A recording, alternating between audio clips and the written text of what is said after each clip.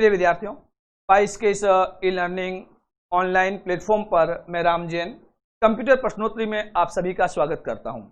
आपके सामने स्क्रीन के ऊपर आपको दिख रहा होगा कंप्यूटर प्रश्नोत्तरी बाय राम जैन। प्रिय विद्यार्थियों, हमने यह प्रश्नोत्तरी इसलिए प्रारंभ की कि आप लोग एजुकेशन के साथ, अपने एग्जाम प्रिपरेशन के साथ जुड़े हुए रहें। मैं उम्मीद कर रहा हूँ कि आपको ये प्रश्नोत्तरी अवश्य पसंद आएगी।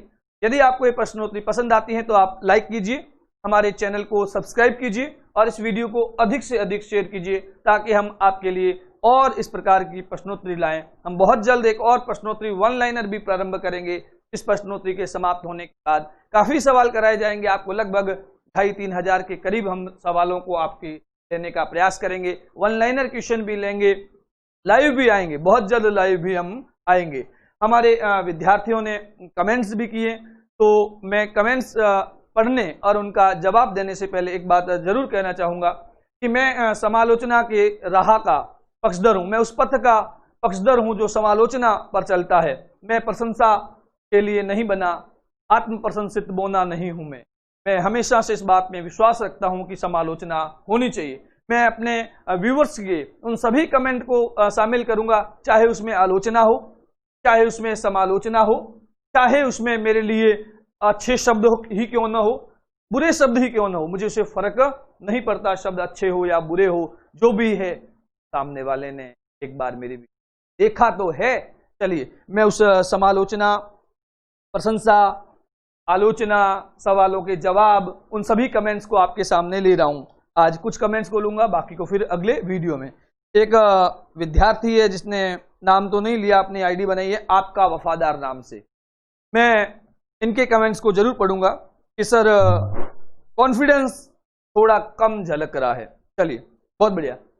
अब कोई और होता तो शायद इस कमेंट को नहीं भी पढ़ता, लेकिन मैं इस कमेंट को अपने सर्वोच्च कमेंट मानते हुए मैंने सबसे पहले किसी कमेंट को पढ़ा है तो इस कमेंट को पढ़ा है। और अब मैं उस विद्यार्थी के इस कमेंट का, मेरे व्यूवर्स के इस कमेंट का जवाब देना चाहूंगा।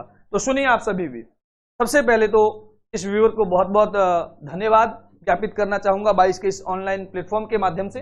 इस विद्यार्थी ने इस बात को लेके भी बात की, समालोचना करना अपने आप में बहुत बड़ा गुण है। सैल्यूट है इसको, इसके परिवेश को, इसने बहुत बड़ी और वास्तविक तथ्य वाली बात की। तो मैं जवाब मेरा कुछ इस प्रकार देना चाहूंगा। प्रिय विद्यार्थियों, जब कभी भी एक नया इन्वायरमेंट होता है तो उसमें अनुकूलन करने में एक निश्चित समय लगता है। मुझे भी लगेगा, आप लोगों को भी ऑनलाइन समझने में, आने में, ऑनलाइन प्लेटफॉर्म के रूप में ढलने में एक समय, निश्चित समय या तो लग रहा है, या लग चुका है, या लगेगा।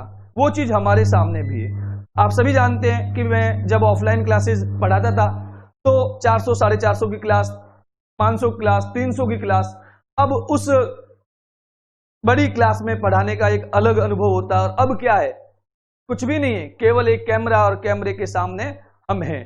तो वह feeling at A time create होने में समय लगेगा और उसके लिए बहुत जरूरी है कि आप इस प्रकार से कमेंट करते रहें ताकि हम लोगों को एक एनर्जी मिले, हमें महसूस हो कि हाँ, हमारे सामने विद्यार्थी है। क्योंकि आप लोग ही तो वो ताकत हो, और बिना ताकत के आप लोग ही तो हमारी आत्मा हो, और बिना आत्मा के जब शरीर होगा तो वो काम कर नहीं सकता। तो वही परिस्थिति है कि क्लास के उस एनवायरनमेंट को आपको विकसित करना पड़ेगा, आपको हमारी ताकत बननी पड़ेगी। और इस आपका वफादार ने वास्तव में साबित किया है कि यह और के लिए वफादार हो या ना हो, यकीन नहीं, जो भी है मेरे लिए जरूर वफादार है। बहुत बहुत सैल्यूट करता हूं इस बंदे के इस शब्दों को, और मैं प्रयास करूंगा कि अपनी इस कमी को भी समय के साथ अनुकूलित होकर मैं इस कमी को भी दूर करूं।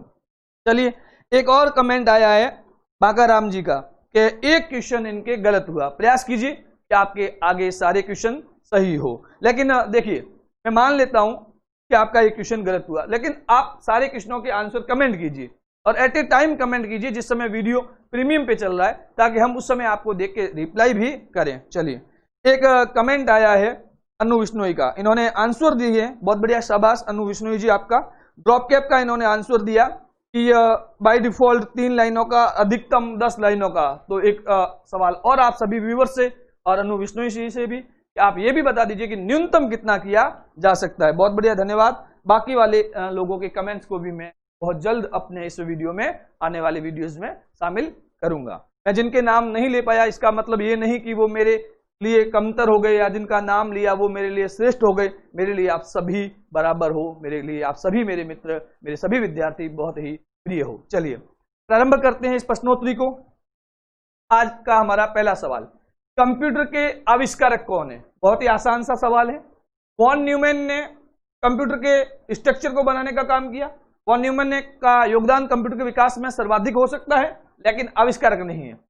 जीएस किल्बी ये वो व्यक्ति थे जिन्होंने चिप का आविष्कार किया, लेकिन कंप्यूटर का आविष्कार नहीं किया। चार्ल्स बेबेज वो व्यक्ति थे जिन्होंने कंप्यूटर का आविष्कार किया।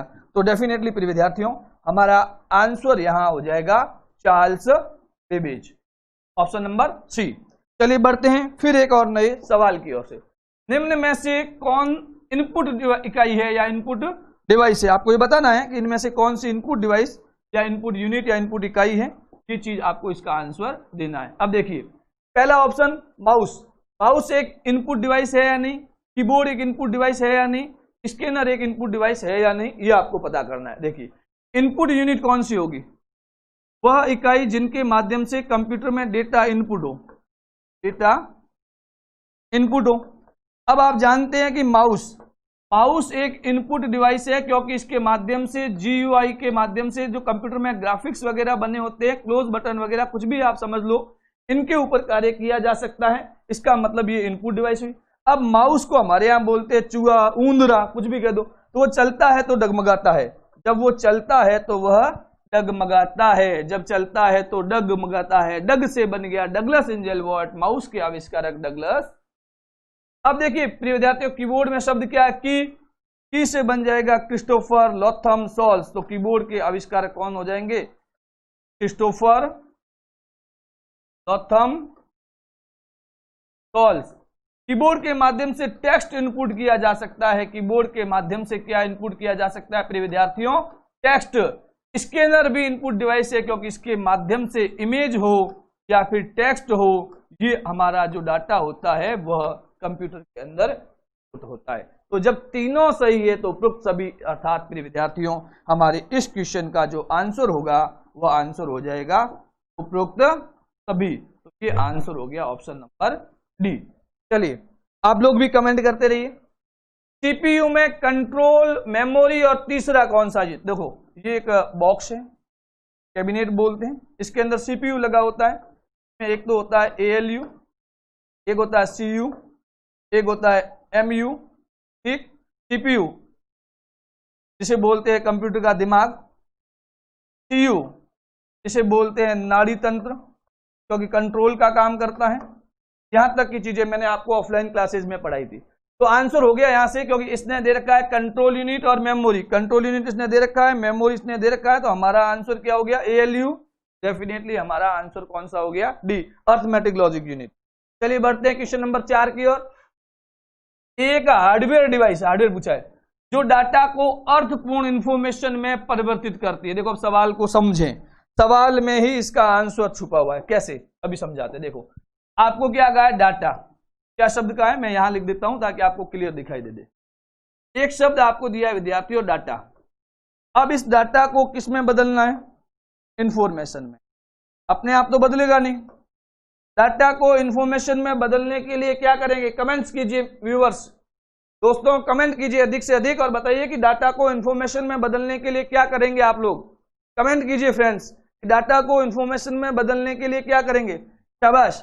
डाटा को इंफॉर्मेशन में बदलने के लिए होता है प्रोसेस। क्या होता है? प्रोसेस। और प्रोसेस का काम कौन करेगा? सीधा आंसर, सोचने की भी आवश्यकता नहीं, प्रोसेसर। तो हमारा आंसर हो गया प्रिय विद्यार्थियों ए। फिर बढ़ते हैं एक और नए सवाल की ओर। इस नई प्रश्नोत्तरी में क्वेश्चन है CPU और IO, CPU और इनपुट आउटपुट के बीच। CPU IO को बोलते हैं इनपुट आउटपुट। एक शब्द में इसको बोल सकते हैं पेरिफेरल डिवाइस, पेरिफेरल डिवाइस। चलिए सिग्नलों के मूवमेंट को कौन नियंत्रित करता है? बस यहां से प्रिय विद्यार्थियों आपको आंसर मिल जाएगा। कैसे मिलेगा? उसके लिए बने रहिए 22 के इस ऑनलाइन प्लेटफॉर्म में कंप्यूटर फैकल्टी राम जैन के साथ। अगर आपको हमारा वीडियो पसंद आता है तो उसे लाइक कीजिए, हमारे चैनल को सब्सक्राइब कीजिए, अधिक से अधिक वीडियो को शेयर कीजिए और आप अपने कमेंट्स जरूर कीजिए। वफादार, आपके वफादार की तरह आप समालोचना भी कीजिए। मुझे कोई आपत्ति नहीं, मुझे आप लोगों के साथ इसी प्रकार का सहयोग, इसी प्रकार से प्रेम मिलता रहे और हम लोगों का कारवां यूं ही बढ़ता रहे। आप और हम मिलकर ही तो सबसे बड़ी ताकत है जो आपको सफलता की राह को जरूर दिखाएगी। बने रहिए हमारे साथ 22 के ऑनलाइन प्लेटफॉर्म पर, जहां शब्द था नियंत्रित, और नियंत्रित को क्या कहते हैं, कंट्रोल करना, नियंत्रण करना। तो ये ऑप्शन नंबर हमारा आंसर हो जाएगा ए। तो यहां पर विद्यार्थियों आंसर क्या हो जाएगा, ऑप्शन ए, 5वें का। अगला क्वेश्चन, प्रमुख मेमोरी किसके समन्वय से कार्य करती है। सवाल क्या पूछा है, प्रमुख मेमोरी किसके समन्वय से कार्य करती है, सीपीयू, क्योंकि प्रमुख मेमोरी सीपीयू में लगी होती है, जहां होगी वहीं कार्य करेगी, उसी के समन्वय से कार्य करेगी। सीपीयू का प्रमुख घटक, अगला सवाल है प्रिय विद्यार्थियों, सीपीयू का मुख्य घटक कौन सा है।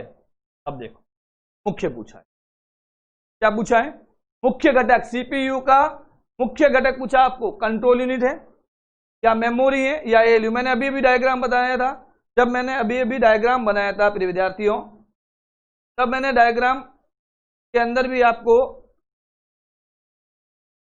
ये डायग्राम, इसके अंदर मैंने सीपीयू के 3 भाग बताए थे आपको, एएलयू,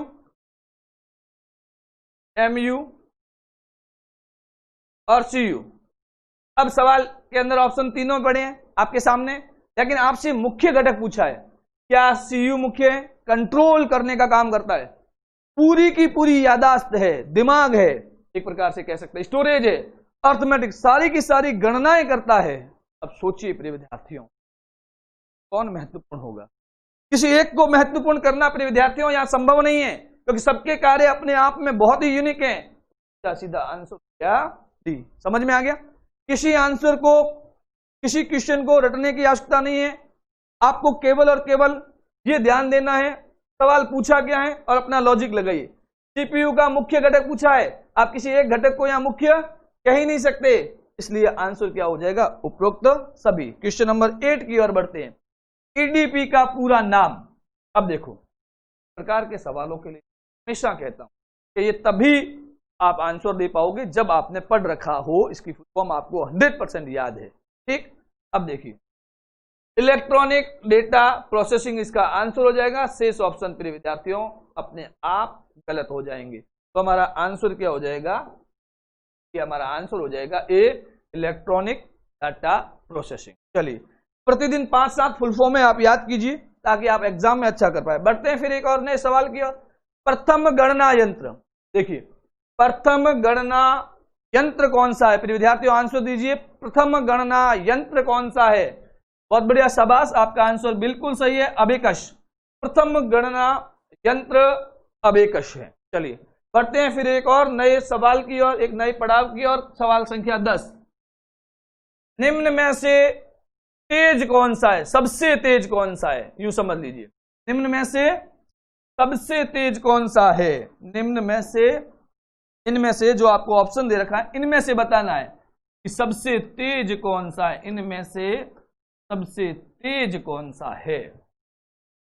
इन चीजों में से आपको ये बताना पड़ेगा कि सबसे तेज कौन सा है। मैं पुनः लिख देता हूं बोर्ड के ऊपर। इसी प्रकार टेक्निकल एक्सपर्ट बताते रहे कि शब्द सही दिख रहा है नहीं दिख रहा है, आप लोग भी व्यूअर्स कमेंट कर लें। निम्न में से सबसे तेज कौन सा है। देखिए आपको ऑप्शन क्या दे रखे हैं, cache, primary memory, secondary memory और रजिस्टर। अब देखिए पहले तो मैं आपको आंसर बता देता हूं। आंसर तो रजिस्टर है, कैचे जो दे रहे हो बिल्कुल गलत है, आंसर रजिस्टर है। अब अगर आपसे पूछा जाए तो देखिए सबसे तेज रजिस्टर, रजिस्टर के बाद कैचे, कैचे के बाद प्राइमरी मेमोरी और प्राइमरी मेमोरी के बाद सेकेंडरी मेमोरी। नोट करके इसको अच्छे से लिख दो, नोट करके इसको अच्छे से लिख दो। अब याद रखने की आपको ट्रिक वो क्या है उसको ध्यान में रखें आप लोग। आर मेरा नाम आपको याद आ जाएगा, ठीक। क्लास को प्रेजेंट, मैं जब भी क्लास को प्रेजेंट किया मैंने क्लास में, मैंने शिवन्या का एग्जाम्पल एक जरूर दिया होगा। राम क्लास प्रेजेंट शिवन्या, राम की क्लास में प्रेजेंट है शिवन्या, तो RCPS से आपको याद हो जाएगा रजिस्टर, कैचे, प्राइमरी और सेकेंडरी। सबसे तेज, अगर ये ऑप्शन में नहीं है तो उसके बाद ये तेज हो जाएगी, उसके बाद ये तेज हो जाएगी, और सबसे कम सेकेंडरी मेमोरी। ठीक है, तो ये आप क्रम याद रख लेना, लेकिन फिलहाल हमारा आंसर क्या हो जाएगा प्रिय विद्यार्थियों, रजिस्टर। उम्मीद कर रहा हूं कि आपको कॉन्सेप्ट के साथ पढ़ाने का प्रयास कर रहा हूं, डायरेक्टली आंसर नहीं बता रहा हूं। क्यों नहीं बता रहा हूं? ताकि प्रिय विद्यार्थियों हमें डरना नहीं है, हमें समझना है, कंप्यूटर से डरना नहीं। चलिए आगे बढ़ते हैं क्वेश्चन नंबर 11 की ओर। जब पीसी, पर्सनल कंप्यूटर पर, पीसी का अर्थ हो गया पर्सनल कंप्यूटर, जब पीसी पर किसी डॉक्यूमेंट ठीक पर कार्य करते हैं तो डॉक्यूमेंट अस्थायी रूप से, देखो क्या पूछा है, डॉक्यूमेंट अस्थायी रूप से कहां स्टोर होगा? देखो अस्थायी, सीधा सा आंसर है रैंडम एक्सेस मेमोरी। ठीक, आगे बढ़ते हैं। निम्न में से कौन सा रैम, देखो अब सवाल को ध्यान, खतरा कहां है, आते हुए जो सवाल गलत होता है वो कराता है ये। जब कभी भी क्वेश्चन में नहीं दे रखा उस नहीं पर प्यारा सा गोला लगा लें, क्योंकि वो चीज आपको गलत होने से बचे। जब आपको पता है कि आपने नहीं साथ कुछ डायग्राम किया था, और विजुअलाइजेशन हमेशा याद रखता है, आपने कुछ ऐसा विजुअल बनाया था, दृश्य बनाया था, वृत्त बनाया था, गोला बनाया था। ठीक, चलो बता दिया, नहीं पूछा है। अब देखो कमेंट कीजिए प्रिय विद्यार्थियों, इनमें से कौन सा रैम नहीं है? Flash, P RAM, D RAM, S RAM, comment कीजिए। चलिए मैं आपको आंसर बता देता हूं इसका, कि फ्लैश रैम है। रैम का मतलब जो अस्थायी है, आपने कैमरा लिया, कैमरे का फ्लैश किया, उसके बाद वो फ्लैश कहां है? आप उस फ्लैश को वापस स्टोर नहीं कर सकते, गया काम से। अब डी रैम और एस रैम ये रैम के प्रकार है, और रैम में जो कुछ भी है वो अस्थायी है। पी रैम होता ही नहीं है विद्यार्थियों, पी रोम होता है, ये ध्यान रखना। पी रैम नाम की कोई वस्तु है ही नहीं इस शाश्वत धरातल में, और इस धरातल के बाहर कहीं पर भी चले जाओगे, 7 लोक में कहीं पर विचरण कर लीजिए, पी रैम नाम की कोई चीज नहीं है। पी रोम नाम की चीज है। फुल फॉर्म बताइए पी रोम की, ईपी रोम की, डबल ईपी रोम की, आपको बताना है। चलिए प्रिय विद्यार्थियों चलते हैं एक और नए सवाल की ओर से। डीवीडी क्या है? ठीक, अर्थात डीवीडी क्या है का स्थान पर आप लिख दो कि डीवीडी का पूरा नाम क्या है। मैं कलर चेंज कर लेता हूं ताकि आपको अच्छे से दिखाई दे। ये कलर भी नहीं चलेगा, चलो कोई ढंग का कलर ले, ये चलेगा, दौड़ेगा। डीवीडी का पूरा नाम, अब देखिए ऑप्शन देखिए, digital versatile disc, dynamic versatile disc, digital video disc, A और सी दोनों। आंसर हो जाएगा ए और सी दोनों, क्योंकि डिजिटल वर्सेटाइल डिस्क भी होता है, लेकिन डायनेमिक शब्द यहां गलत है, तो ये ऑप्शन हो जाएगा गलत। ए और सी दोनों ही डीवीडी के लिए वैलिड फॉर्म है, एग्जाम्स में मानी गई हुई फॉर्म है, इसलिए आपको यहां किसी प्रकार का कोई द्वंद्व नहीं होना चाहिए। ये एग्जाम की के अंदर ऑथेंटिक आंसर है, और दोनों ही डिजिटल वर्सेटाइल डिस्क भी है और डिजिटल वीडियो डिस्क भी है, इसलिए प्रिय विद्यार्थियों आपका आंसर क्या होना चाहिए? A N C both. फिर बढ़ते एक और नए सवाल के साथ। मदरबोर्ड के कंपोनेंट्स के बीच इंफॉर्मेशन किसके माध्यम से ट्रेवल करता है? मदरबोर्ड के कंपोनेंट के बीच इंफॉर्मेशन किसके माध्यम से, आप सुनिए, आपके पास क्या है, मदरबोर्ड है और इंफॉर्मेशन को ट्रेवल कराना है। अब देखो सवाल से उत्तर देने का प्रयास कर रहा हूं मैं, क्या कराना है? इंफॉर्मेशन को क्या करना है? ट्रेवल। आप लोग ट्रेवल किससे करते हो, रेल या बस? बस हो गया ना, बस आपका आंसर में सोचने की जरूरत नहीं। फिर बढ़ते हैं आगे। विशेष प्रकार के संगीत उपकरणों को साउंड कार्ड से कौन सा पोर्ट जोड़ता है? बस, mini, USB, all of these. अब इसका आंसर देने का प्रयास करें। ऑप्शन एक बार मैं चेंज कर लेता हूं, यहां थोड़े से ऑप्शंस में टाइपिंग मिस्टेक है तो उसको सही कर लेते हैं। टाइपिस्ट के द्वारा भी कई बार वह भी एक प्राणी है, मिस्टेक हो जाती है।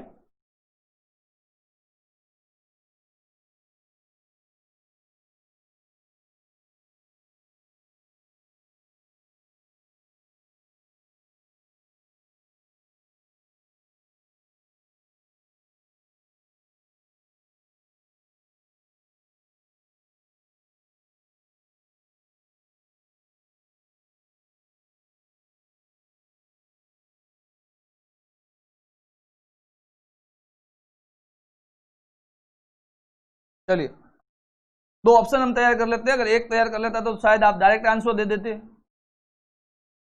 एक ऑप्शन हम लिख देते हैं नोटा, और एक ऑप्शन हम लिख देते हैं मिनी। चलिए, अब आंसर दीजिए आप। जो विद्यार्थी मिनी आंसर बता रहे हैं गलत है, क्योंकि मिनी आंसर नहीं होगा, मिडी होता है। Musical instrument, digital interface. तो इसका पहला शब्द क्या? म्यूजिकल। म्यूजिक, बस संगीत, म्यूजिक हो गया आंसर। तो यहां आंसर नहीं है, नोटा। बढ़ते हैं फिर एक नए सवाल की ओर। एक्सपेंसेशन कार्ड किसमें इंसर्ट किए जाते हैं? विस्तारक कार्ड, कंप्यूटर का विस्तार करने के लिए जो कार्ड जुड़ेगा वो किसमें जुड़ेगा? स्लॉट में। और आज का हमारा संभवतः अंतिम क्वेश्चन, टेक्निकल एक्सपर्ट ध्यान दें, निम्नलिखित में से कौन सा मशीन इंडिपेंडेंट अर्थात मशीन इंडिपेंडेंट प्रोग्राम कौन सा है, ये आपसे पूछा है। ठीक, मशीनी language, low level language, A&B both, high level language. अब जो विद्यार्थी आंसर कर रहे हैं A&B बोथ, वो विद्यार्थी रॉन्ग है, क्योंकि मशीनी लैंग्वेज और लो लेवल स्वतंत्र है। आंसर हो जाएगा हमारा हाई लेवल लैंग्वेज। तो इस प्रकार प्रिय विद्यार्थियों, हमारा आज का ये क्विज का पार्ट यहाँ पर संपन्न होता है। यदि आपको हमारा टीचिंग का तरीका, हमारे क्वेश्चन का जो हमने फॉर्मेट बनाया है, यह पसंद आता है तो इसे लाइक कीजिए, हमारे चैनल को सब्सक्राइब कीजिए, हमारे वीडियो को अधिक से अधिक शेयर कीजिए। और यदि आपको किसी प्रकार की कोई कमी लगती है तो आप कमेंट्स भी कीजिए। आप चाहें तो हमारे वीडियो को लाइक कीजिए, लेकिन कुछ न कुछ तो जरूर कीजिए। बने रहिए इसी प्रकार की प्रश्नोत्तरी के साथ। फिर मिलेंगे एक और नई प्रश्नोत्तरी के साथ। तब तक के लिए आप लोग स्वस्थ रहिए, सुखी रहिए, अपने परिवार के सपनों को पूरा कीजिए। वंदे मातरम, जय भारत माता, राम जय।